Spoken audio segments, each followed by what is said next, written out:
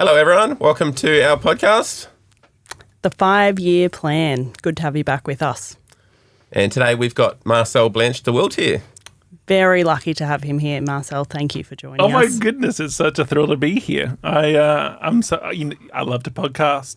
I love to be a guest, and I'm thrilled to talk about the not too distant future.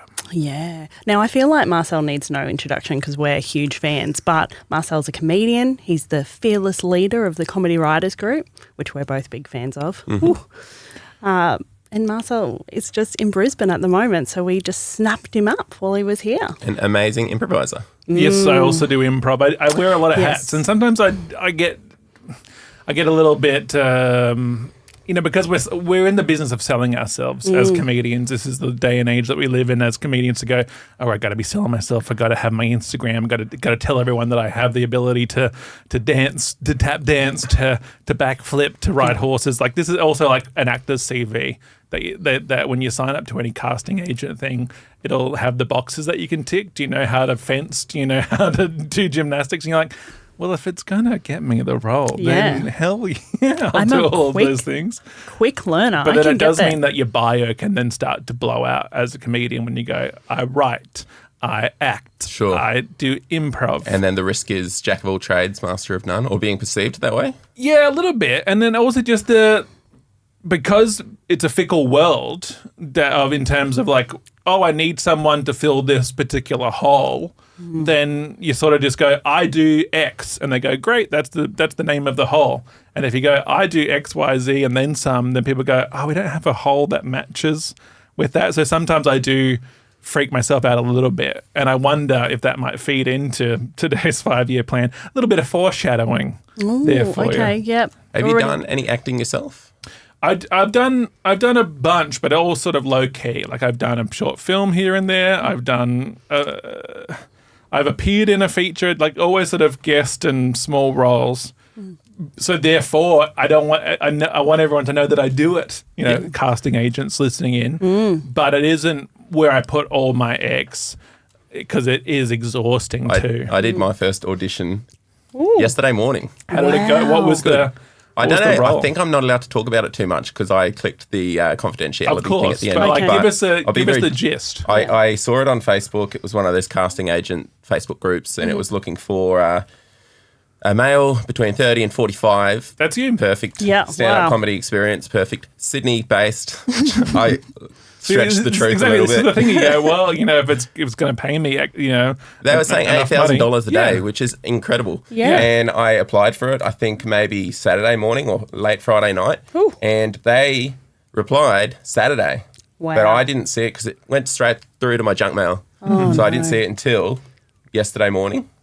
And I had until 9:30 yesterday morning to submit my auditions. Yeah, and I did it and I nailed it. This is the first time I've ever done it, so I don't want to beat myself up too much. And you're doing a self-tape. Yeah. Mm-hmm. I thought I did a really good job. I would be surprised if I don't get it. I mean, that's an excellent spirit to have because I find self-tapes exhausting. And because I fill my days with either work or trying to rest, that when a self-tape comes in and they go, we need this tomorrow or the next day, my brain usually shuts down and goes, I don't want to do that.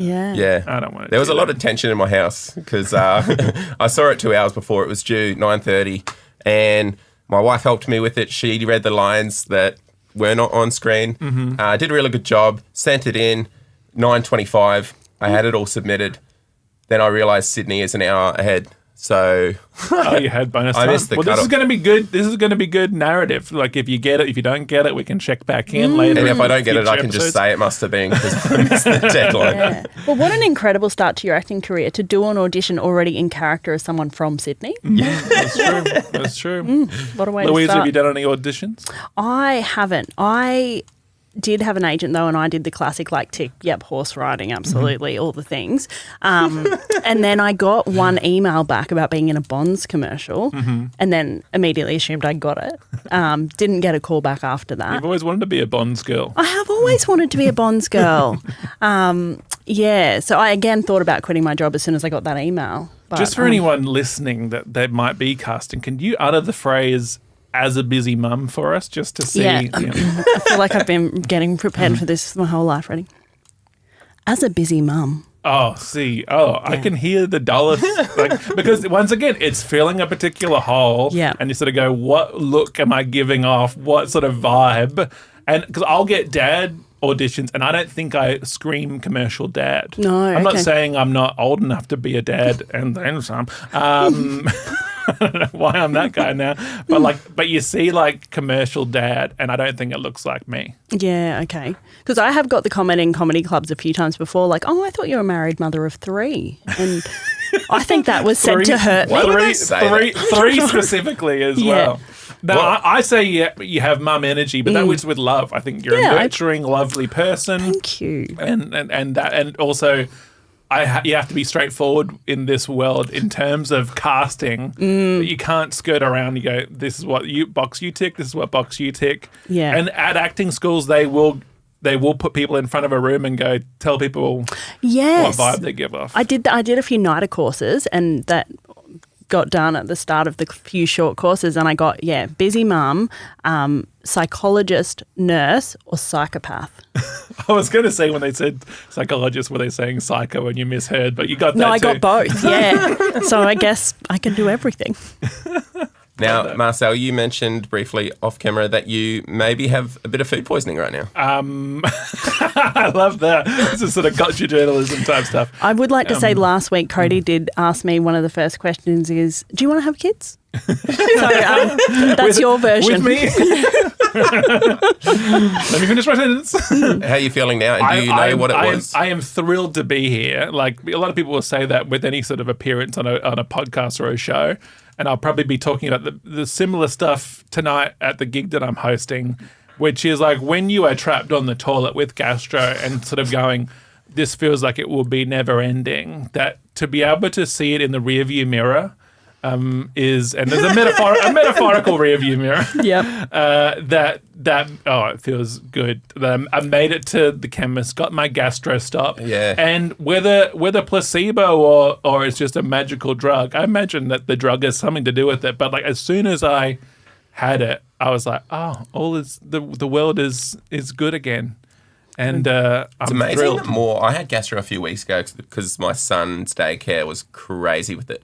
And it's amazing how more people don't die from gastro. Do people die from gastro? We're in the first world. Yeah, it's a good point. What are you talking about? It was horrible. You Have know, a Powerade. they sent through an email saying, look, a lot of gastro going around. My wife and I read it and we're like, look, we're going to risk it. We sent him the next day and it was the worst decision of our life. It was horrible. But that's the way with anything, I feel, like, especially like the COVID era, for example, as soon as I get sick, and I usually get sick when I've been thinking about, and I had this thought yesterday, I'm on a good streak of not being sick for a while. I think like that always sort of jinxes it. I don't believe too much in curses and stuff, but as soon as I go, I haven't been sick in a while, something will tend to happen. But that's that moment where I start retracing where, like, did I wash my hands after I was on the train, for example? Or, I wonder if that person at the bar hadn't washed their hands, or should I have eaten that dip that everyone was getting into? Like, I just start flashing back to all of the things that might have been the trigger. But you got a pretty big brown flag from that sort of indicated. And did you run this morning? I know you're really into running at the moment. I had the runs this morning. If that's what you're setting, if that's what you're setting me up for, then I will take that easy layup straight to the basket if you want me to. Was that logged on Strava? Did you?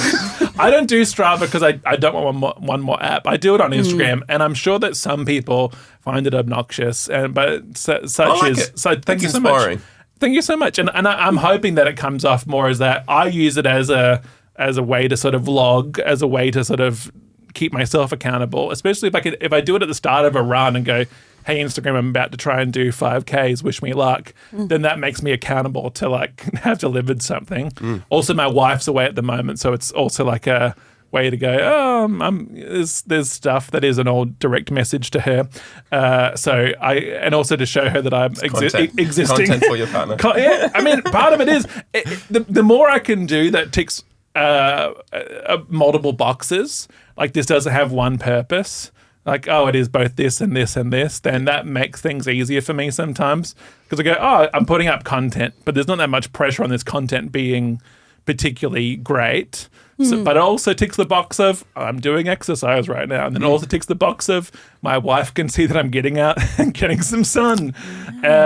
People can see that I'm someone that sets goals and wants to do things. And that's a perfect segue into our... Oh, isn't it ever? Yeah. Are you guys big on reading? No. No. Really? I'm trying to be. I've got a stack of books next to the bed. Have you heard of the Atomic Habits? Oh, I listened to that, and I listened to it like 3 times. I loved it so much. Yeah. I was reading this.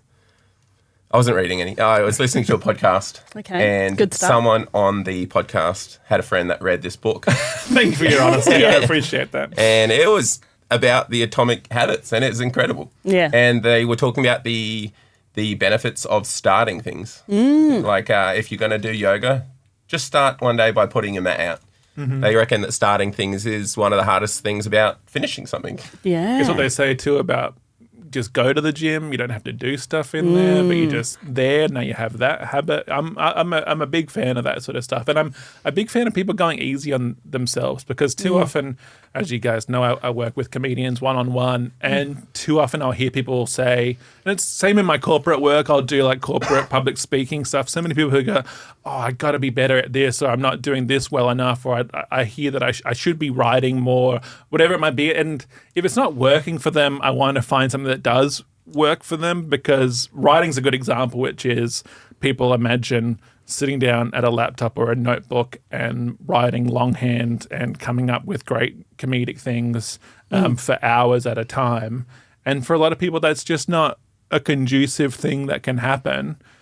But if they can like carry a notebook around with themselves and like write a little bit on the bus or the train, or if they can use their voice memo on a walk, like these are ways to sort of reframe what people sort of put themselves down about and go, oh, I can't do this, or I'm having real trouble with it, but maybe approaching it differently. Like for me with running, I do it because it is the most straightforward form of exercise that all I have to do is step out of my house. Yep. Because I've got ADHD, my brain chemistry finds things to be a lot more complicated and exhausted sometimes. I've just remembered that I haven't taken any medication today.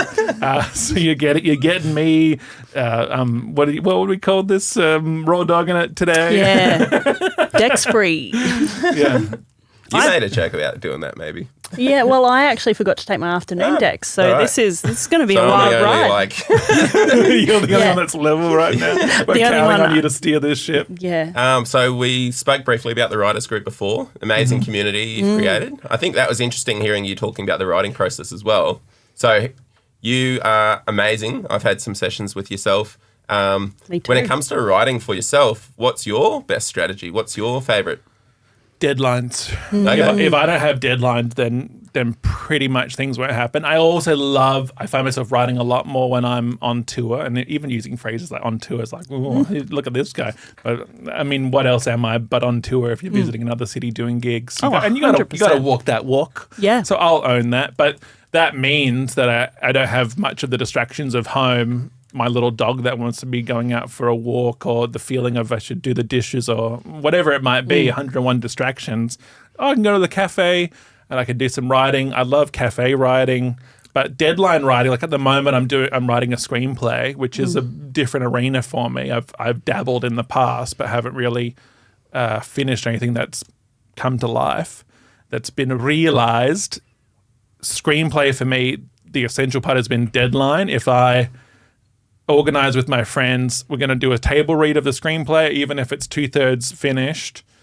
We're going to get together on this date, and that means, oh, cool, I want to have something to show for it. So I will find sprints. Sprints is really the time for me, or body doubling helps a lot. Like one of the sessions that we have at Writers Group is let's get together and just have our cameras on and we're all writing together. Body doubling, we're all working together, or people as well will do it at libraries and stuff, which I think is really helpful to go, I'm around other people doing it. I've got a deadline, so people are counting on me. If I'm writing for my own sake, or just I want to get that joke a little bit better for my next gig, that I find challenging. But if I want to get that joke better for a really important gig, that could be a lot more motivating. Are you a procrastinator, would you say? Because when I hear deadlines, I think waiting till the last minute. So would you say you work better under pressure or no? Yeah, well, the deadline. So for example, the last screenplay reading I had was on Sunday, and I did the bulk of the writing Friday, Saturday, and a lot of that in the evenings. I had 2 weeks leading up to that that I could have been. It's amazing doing. the magic that happens in those last few hours. Oh. But I'm also recognizing the value of what you're doing when you're not literally writing, which I think a lot of us don't give ourselves brain space, myself included. I recently took a big drive for the writers' retreat from Melbourne to the southern. Where was it? The Southern Highlands? Yeah, Southern Highlands. Southern Highlands. And I stopped in Canberra and then on the rest of the way, and I decided to raw dog the drive. I decided to turn off the podcast and Not music. even music. Yeah. Oh, wow. Confused me so much when you said raw dogging. I'm like, in what context?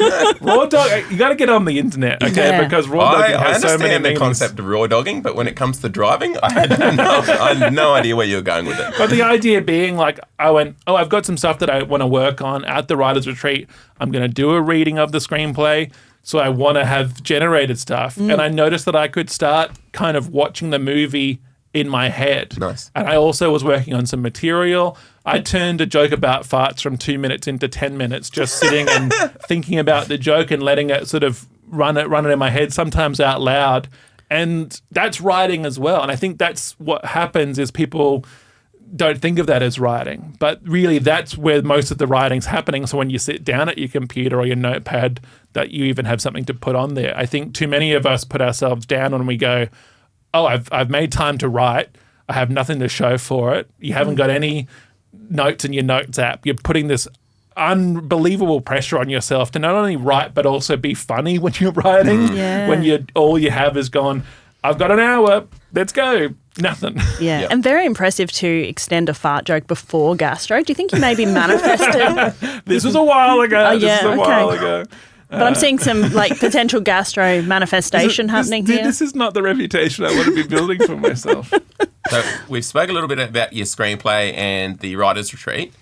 Before we get into this 5-year plan, like what would you say has gone well and hasn't gone well for you so far? I love this. This is such a great idea for a podcast. And so when you say what hasn't gone, like in the past 5 years or recent history, like what ballpark are we Up talking? until now. Yeah. My entire life. Building blocks to what got you where you are. Yeah, well, that's interesting. I mean, today at the hairdresser, the guy asked me, I think he asked me how old I was, or the subject came up, and I think I got my age wrong to him. I said I'm 37, but I think I'm 36. I think I'm turning 37 this year, so it's on my mind, but pretty sure. I love how irrelevant age is. I'm the same. I have to really think about it. Yeah, I think it gets more relevant as you're getting older, and yet also increasingly so as well. Like I do feel a little bit, depending on the day, depending on my temperament, depending on how delicate I feel at a particular time, the turning 40 thing does disturb me a little bit. And then on the other hand, it excites me. But what's worked for me so far? So my dream is to be a comedian a working comedian who can travel to different cities and have an audience there to meet them, who can put a show on sale and have people go, I'm so excited to see the show. And as a sort of addition to that is to be able to run workshops that have a reputation that people, if Marcel's in town, you got to get along and do one of his workshops, because there's part of it that's a means to an end, that workshops are bringing a little bit more cash than the average ticket sale would. But also I love teaching and I love facilitating and I love bringing people together. So they're not a means to an end as they might be with some personality types I think the listener may have turned up to a particular workshop in their life, whether it be public speaking or comedy centric, whatever, and gone, oh, this person is phoning this in. But like I put a really huge amount of effort into that world as well. So like my dream is to be that sort of person that can visit cities, perform, facilitate, perform with people. Like that's the joy I get with improv, as well as that so much of my inner child is just someone that wants to get together and play with people. I realize a lot of myself, I'm still 7 years old going, who wants to play with me?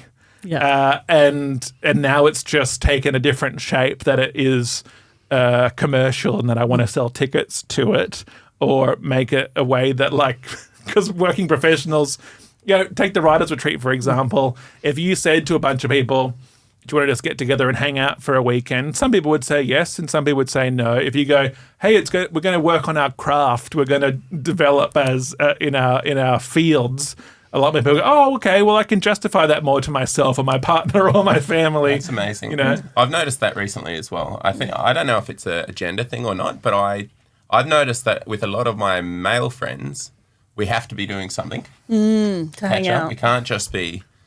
We can't go and get a coffee. You and I got a coffee the other day. That was great. Yeah. And it's similar to the podcasts. Like, how do I get someone together, especially someone that you might not typically get together with, hang out for an hour, speak earnestly on a subject or not, whatever. But, like, I feel like so much of the world these days is having to justify why you're approaching something in a particular way. Make it productive time almost, Yeah, and it ought not to be productive all the time, but I do love that, because that's what it is. Like improv, for example, you're not counting on no one's really getting paid in improv, and sometimes in stand-up, often you're not getting paid as well. And it is just so much for the fun of it. Like I'm running a show in Melbourne, it's a monthly show called Marcel and Friends, and I'm making it quite clear when I'm inviting people, often people who are celebrities who have been on the TV, and just say to them, hey, would you like to come and do this improv show for fun and friendship? No one's getting paid. And people go, yeah, that sounds fun. And then they say things that surprise the people-pleasing part of my brain. They say things like, thanks for inviting me, thanks for having me. And you go, oh, that's nice. Other people just want to get together and play as well. Like that's so wholesome. It isn't all just let me try and justify this or trick you into wanting to do this. Most people are quite keen to come and hang out. So that's the dream, and that's been the dream for a long time. And then in addition to that is how much of that can I be in control of, therefore not counting on other people to make happen? How much can I get off my own back, and how much can I carve out my own gates and doorways than knocking on doors and going, can I please do this gig, or can I please do this festival, and instead go, I'm going to make this happen myself. Wow, excellent. It's cool. I think I heard you talk about this on another podcast before, but you are an organizer. I feel like I'm an organizer. I like bringing people together, whether that be with tennis or like it's especially I think in the beginning it felt so isolated being in the community. Might have just been because I didn't know anyone. But it's I feel like we're a little bit similar in it's a nice feeling to be invited to something. Because people count on the organisers. Oh yeah. If it's that, if not me, who?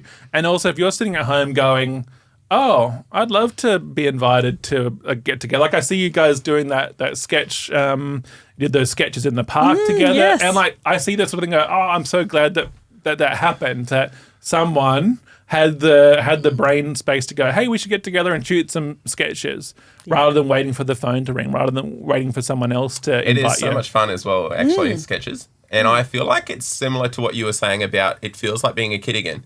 Doing sketches, at the end of the day, filming sketches, I think that was silly. Oh, and yeah. That was so much fun. Yeah. And I feel like it's very nostalgic to do something like that. Oh, totally. Reminds you of what it was like. I guess that's what improv feels like. Yeah. I've never play, done it. like pure play. Yeah. It's It's magical. Just play. Look, let's put on a little play. Same with the screenplay that I'm developing. Like, part of the joy of doing the readings is that I'm getting people together and they're happy to just read some parts in this screenplay. It feels like we're doing like a little radio play or something.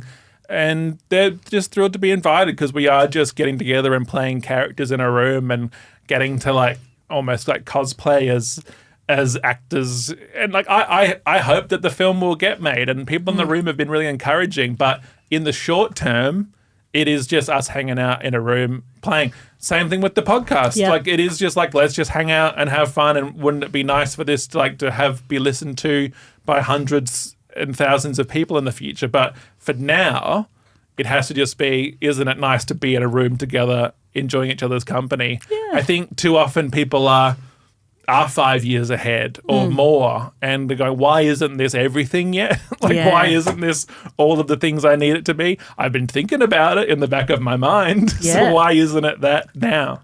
I think that's one of the reasons I like the idea of this podcast is I don't necessarily even have a 5-year plan, but it's fun to think about. Yeah. I think every few days my 5-year plan changes. Oh, absolutely. Yeah. And then what a treat as well to talk to Marcel, who the Comedy Writers Group was once upon a time just a little plan, and now it's got over, 230 members? Yeah. Yeah. And I think Patreon's a good example of that with and podcasts in general of going, okay, let's look at the listenership, and you might go, there's 50 people, and you go, oh, okay. But starting out, I decided, you know what, I'm going to be thrilled if 50 people want to listen and engage with this. Like, how cool that 50 is better than nothing, 50 truly engaged people is better than nothing. There's a musical called Title of Show, and they've got a song in it that's always like stuck into my philosophy, and it's called 9 people's favorite thing, and the chorus is, I'd rather be 9 people's favorite thing than 100 people's. I'd be 9 people's favorite thing than 100 people's 9th favorite thing. And I think just having that feeling of like I'm the favorite of, even if it's a minority of group, makes it sound like I'm speaking of minorities in terms of ethnic races. If just the Italians love me, then I'm thrilled. But like, if just a small portion of people love me, is that offensive? Probably. And are committed, like rather than just sort of casually, that's something that I dip in and out of every now and then, versus like, we love this and we're behind it. Like that means a lot to me compared to, heaps of people are sort of have a passing interest in this thing. Yeah. And it was slow build, like, and it sort of came slowly out of COVID, that I was doing online sessions during COVID because that's all we could do. And I found myself too often being the only resource to people that were having one-on-ones with me, is going, okay, well, this is how I feel about this joke, but I'd love for you to not be just depending on my decision. And then some personalities as well will be like, I sort of like this, or I don't know, they're umming and ahhing about how I feel about it. They don't have an audience to play to. So we did a couple of online open mics, and I noticed that as we started coming out of lockdown, there was still an appetite for getting together and community. And so I decided that this would be a thing that I'd throw myself behind. And I've always been someone that likes to think of different schemes. Like I've run venues for the Adelaide Fringe, and so there was a lot of branding and attention given to those Adelaide Fringe venues to, maybe this will be the thing to start paying some bills. Maybe this will be the thing to give me a bit more security in comedy, because I wanted to be able to do comedy but also recognize ticket sales aren't everything. Okay, so what if I'm also running the venue, curating the venue? Okay, then that's bringing in some money. But it's also meaning that I'm not putting anywhere near the amount of work into my show as I might like. And I also had my fingers crossed that because I was supporting that community of people performing at my venue, that they would get behind my show as equally as I was getting behind theirs, and they didn't, which was disappointing. Like, I'm not saying that there wasn't support from the community, but it wasn't automatic. And I also noticed that there's an importance to make it really clear to people, like, hey, you know how I've facilitated this venue and we all had a good time here? Well, it's my last night of my season, and it would mean the world that I know you guys are partying downstairs celebrating the end of your season, but my show's on upstairs. And this literally happened to me, that my last show of a season was pulled at the venue that I was running. And I ended up just sort of sitting in my venue and crying because I went, oh, cool. Like, and it was also just exhausting. Like, running a fringe venue is months of work, and I threw myself into it completely. But in moments like that, I recognized you can't be all of the things all at once. And I had to recognize too, if I want to be creatively fulfilled and be putting on shows to the level that I want them to be, then I can't be doing all the production stuff as equally. And also, you just can't count on people to read your mind with that sort of thing, because it can sometimes appear, I'm sure they're fine. And then you go, well, Marcel's crying upstairs. Yeah, well, it sounds like a lot of wisdom gained through that. So knowing what you know now about what's important to you and what matters and where you want to put your time, what's your 5-year plan? What do you want to achieve? Yeah, there's excellent food for thought on this podcast. I said to you earlier that one of my dreams is to be able to travel to cities and put on shows and put on workshops. And part of that is also making enough money to be able to pay for my own accommodation. I don't mind staying with friends, especially if you're staying with a friend that has a spare room, has a complimentary time lifestyle schedule for their day. So, say if they're working from home and then you're staying there as a comedian, it's like, oh, cool, we're going to be on top of each other. Don't like that at all, because I always feel like I'm imposing. So if I can afford to get a hotel or an Airbnb, what a dream. And I said this to my wife as I was leaving the house, and I went, hey, wait a minute, I'm doing that right now. And and that made me realize sometimes you are doing it. Like, you are living the life, like you are doing the thing. I think often we can be a bit future brained of going, oh, one day I hope to do this. Well, try and enjoy this moment as well, because and I'll be transparent. So I'm making enough money this trip to pay for the trip. Yeah. Probably after like food and a couple of beers, like it'll be pretty even, and I'll be able to claim some of that on tax. I don't really know how much of that stuff works, but my tax guy does. But it means that I'll have a comfortable stay. I'm staying at a nice enough hotel and my ideal hotel is like not too cramped and there's no cockroaches. Like that's the dream. And not too noisy or anything like that. Just like serene, kind, comfort type vibes. And I went, oh, cool, I'm doing it. And that means next time when I come to a city, I can do it again and start to see more of a result. Like, it has to be that long game, hence the 5-year plan that I think in the next year, because for recent years I've been traveling to places like Brisbane, and it's one bite at a time. Okay, this time I'll do a few years ago, I'll do a run of gigs at Good Chat, and I might be the MC one night, but mostly just doing spots, if memory serves. Like, let's say something like that starts. And then you go, okay, cool, that went well. Hey, next time when I come, can I do the whole week of emceeing? Okay, great. And then the next time, we'll also fly you over to Cairns and you can do the Cairns night. And then that begins to feel, oh, cool, like, look at me go. I'm doing the touring comedian thing. I can make a Instagram post that has like, here's my week of dates, and you're walking that sort of walk, and it's always one step at a time, but it means that the next time you do it is easier, and the next time you do it, when you send that email of saying, hey, have you got any gigs for me, that you're not got some credibility. Well, you got some credibility. You're not like begging for it, or you're not trying to like, the first time you message a room runner, you might go, here's my clip, here's my bio, here's someone that will vouch for me. And then you develop a relationship, and you can send a 1-sentence email that just says like gigs ? And they can go, yeah, cool, we've got this coming up, because like that's the relationship you've built. But you have to have got there. And I'm slowly building that in the improv world and the stand-up world and the workshop world. Canberra is another good example, because I've also found myself as a Melburnian, having moved there, that I find myself, and like last year was a year I got burnt out. So like I found myself not having the hustle that a lot of comedians need to have. And yet you have still an incredible work ethic. I feel like, how many times did you come to Brisbane last year? I think I was here twice. And that's not enough hustle. But having then the hustle in my own backyard, and I was doing plenty.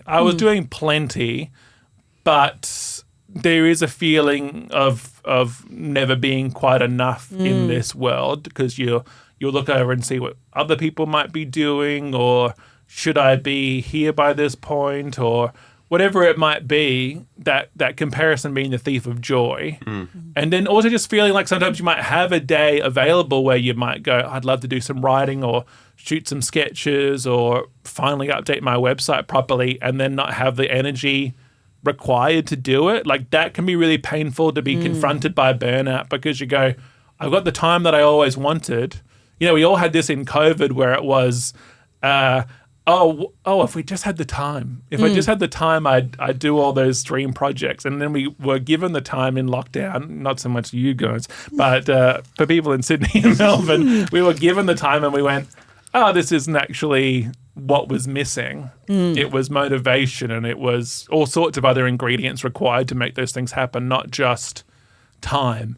And it also doesn't help when the world is on fire. That you go, sort of having that in the backdrop doesn't really inspire creativity. No, exactly. yeah. So we spoke about your 5-year plan for stand-up. So selling bigger rooms all around the country. I just paraphrased. Well, pretty much. Like, I'd be thrilled if I could sell 50 tickets. Yep. You know, to just be able to go to a city and sell 50 tickets would be a thrill.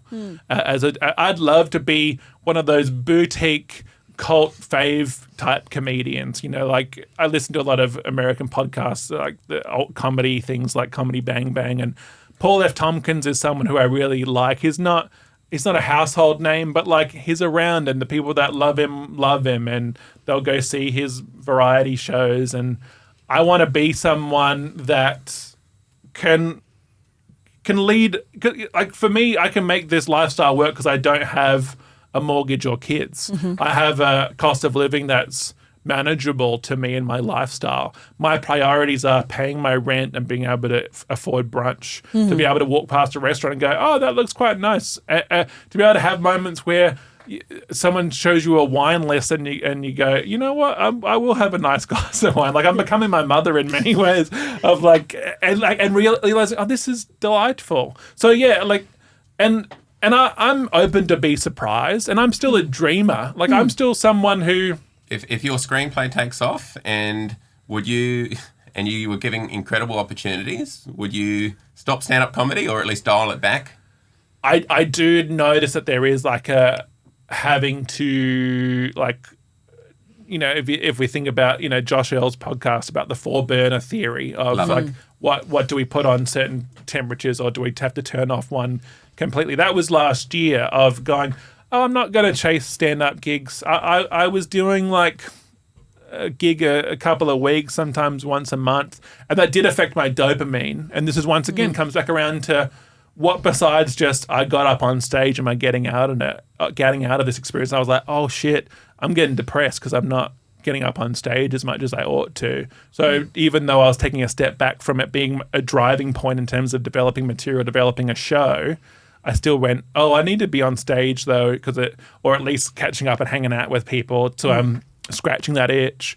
But I totally do recognize when there are things like a screenplay that needs to be developed, or whatever the project may be, that you can't do all of the things all of the time to the extent that might be required. And this is why we need to be really cautious of those voices that we hear that says like, oh, you got to be gigging all the time. If you want to be a stand-up comedian, you're never going to make it unless you're gigging every night of the week. It's part of the reason why Comedy Writers Group exists, so people who might live rurally or remotely or be parents who can go, oh, at least I can get online and develop some material and connect with some other comedians, because it can feel impossible to do those sorts of things. And we need to go easy on ourselves. There's plenty of truth to the more you put in, the more you'll get out. But this is the other reason why I love goal setting and thinking about goals is you might have a comedian who's gigging every night, but with no goal. So they start going like, oh, what am I really getting out of this? Or, oh, I'm bombing and I'm doing well, but like I've got nothing to really show for it, because they haven't got their eye on any particular prize. They're just hoping that someone's going to be in the audience one night who might tell them where to go or where they ought to be, to take them under their wing, which doesn't really exist outside of the movies. Versus me, who like to self-generate, I will sort of react accordingly to that. So stand-up's always got a question mark to it, but I love doing it. I love to be a really strong MC. That was another thing that I made a point of doing when I moved to Sydney in 2015, was going, if I want to make money out of this, MCing is the logical step. And therefore I became an excellent MC. Smash cut 2, me being great. And then now I have this utility because people want a good MC, and you can then email people interstate and go, can I do your gig? I've MC'd every great room in the country, and they can go, okay, cool. Speaking of MCs, we better not make you late for your next gig. So where can people find you, Marcel? How can they connect with you? We haven't even got to the third year. I know. I've been monologuing. This can be a 2-parter. I can come back. Yes, you heard it here first. Marcel's coming back. I do get excited, and you can cut me off at any time. But yeah, I can be found online, Marcel the Comedian. at on the internet and Comedy Writers Group on Instagram, and people can subscribe and all that jazz and connect with me. But like, I love what you guys are doing, because I think it's really important for people to think about their goals or even just like their aspirations, their dreams, where they'd like to be. And as you said, like it can change. It can change and it can evolve. But I think it's nice for us to be able to reflect of like what we have achieved. Because I think so often if we go, what would us 5 years ago be like, oh, look at us go, we're doing the thing. Yeah, we are our 5 year ago dream. Yeah, exactly. Beautiful. And then That's forgotten about a lot of the time, hey? Like you said, the comparison. What was it? The thief of... Comparison is the thief of joy. Yeah. It's so easy to compare yourself to other people in this industry, isn't it? But a lot of people would be comparing themselves to you and going, I wish I had a little podcast. It's so much fun. We recommend it. Now, anyone that's listening that's interested in comedy or comedy writing, your goal should be to join the Comedy Writers Group immediately. Yeah. Huge fans incredible. of it. And make sure they like and subscribe to this podcast. Yes, that's who. 5 stars on Apple Podcasts. That's what we amazing. need. Yeah, thank you so much. And in the review, they can write their 5-year plan. Please, yes. We want to read all your 5-year plans so we can then make ours. Thank you. Thanks for coming. Yeah. What are you doing with your dogs at the moment? Have you got a dog? I've got one dog. Are they in a dog resort? Is this the epilogue? This is post-ample. Yeah. Post-ample. I've got a dog sitter. Okay. Yeah, that's good. Yeah. Good. It's That's important. definitely something I've been thinking about lately. Dog Yeah. I sitting. got a dog, Getting a babysitter. and I pay $50 a night for a dog resort, but it's not sustainable for touring comedy. Yeah, that's massive. You can find friendly people, and also paw shakers. I think. Have you seen a paw shake? It's an app that people will house sit for you, and they'll look after your dog. And they'll just do it in exchange for free rent. Or I think you can probably have like different agreements on there, but that's a big one too. Wow. They can look after your wife and your kid. And your dog. Thanks so much for coming. A pleasure. Awesome. Great to have you.